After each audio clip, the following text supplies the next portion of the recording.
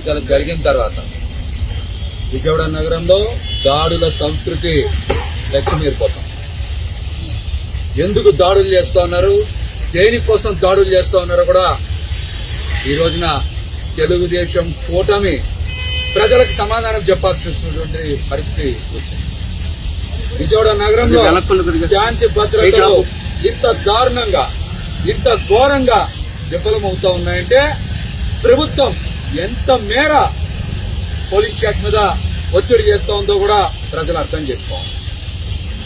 ఈ రోజున కొండపల్లి బుజ్జి గారు వైఎస్ఆర్సీపీ నాయకుల మీద దాడిని తీవ్రంగా ఖండిస్తోంది.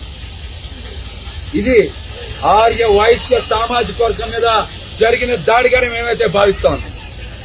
మనం కూడా చూశాం, దర్శిని తండ్రిని నడి రోడ్డు మీద కత్తులతో చంపినటువంటి ఘటన. మరి అతను కూడా టీడీపీ కార్యకర్తే. ఈ రోజున కూడా మరొక ఆర్య వైశ్య సామాజిక వర్గానికి చెందినటువంటి కొండపల్లి బుజ్జి గారి మీద కూడా ఈ రోజున దాడి జరిగిందంటే ఇది కూడా ఆర్య వైశ్య నాయకుడి మీద జరిగిన దాడే. ఆర్య వైశ్యుల మీద విజయవాడ నగరంలో వరుసగా దాడులు చేయడం, హత్యలు చేయడాన్ని తెలుగుదేశం పార్టీ కూటమి ఇంతవరకు ఎందుకు ఖండించట్లేదని మేమైతే సూటిగా ప్రశ్నిస్తాం. ఈ రాష్ట్రంలో ఎంత రక్తపాతం జరిగితే కూటమి నాయకుల కళ్ళు చల్లబడతాయో చంద్రబాబు నాయుడు గారు, పవన్ కళ్యాణ్ గారు రాష్ట్ర ప్రజలకు సమాధానం చెప్పాలి. గెలిచారు, అభివృద్ధి సంక్షేమం చేస్తామని చెప్తున్నారు కదా. మీరు అభివృద్ధి సంక్షేమం అంటే దాడులు చేయడం, హత్యలు చేయడం, ఇళ్ల మీదకి వచ్చి ఇష్టానుసారం కొట్టడమేనా అభివృద్ధి అంటే? చంద్రబాబు నాయుడు గారు దృష్టిలో గాని, పవన్ కళ్యాణ్ గారి దృష్టిలో గాని అభివృద్ధి అంటే అరాచకం చేయడమా? దీనికి వారు కూడా సమాధానం చెప్పాలి.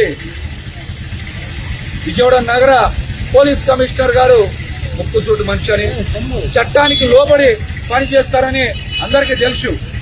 వారు కూడా ఎందుకు చట్టపరంగా దాడులు చేసినటువంటి వ్యక్తుల మీద కఠిన చర్యలు తీసుకోవట్లేదు?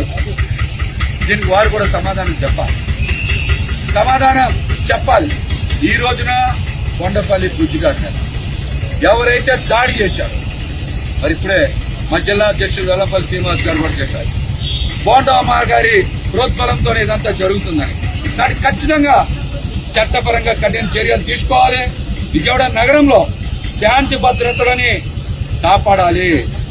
లేని పక్షంలో ఖచ్చితంగా పార్టీ అధినాయకత్వం సూచించినట్టు పార్టీ కేడర్ని కాపాడుకోవడానికి మేము కూడా రోడ్ల మీదకి రావాల్సి వచ్చే పరిస్థితి తీసుకురావద్దని కూడా ఈ సందర్భంగా మేమైతే తెలియజేస్తాం.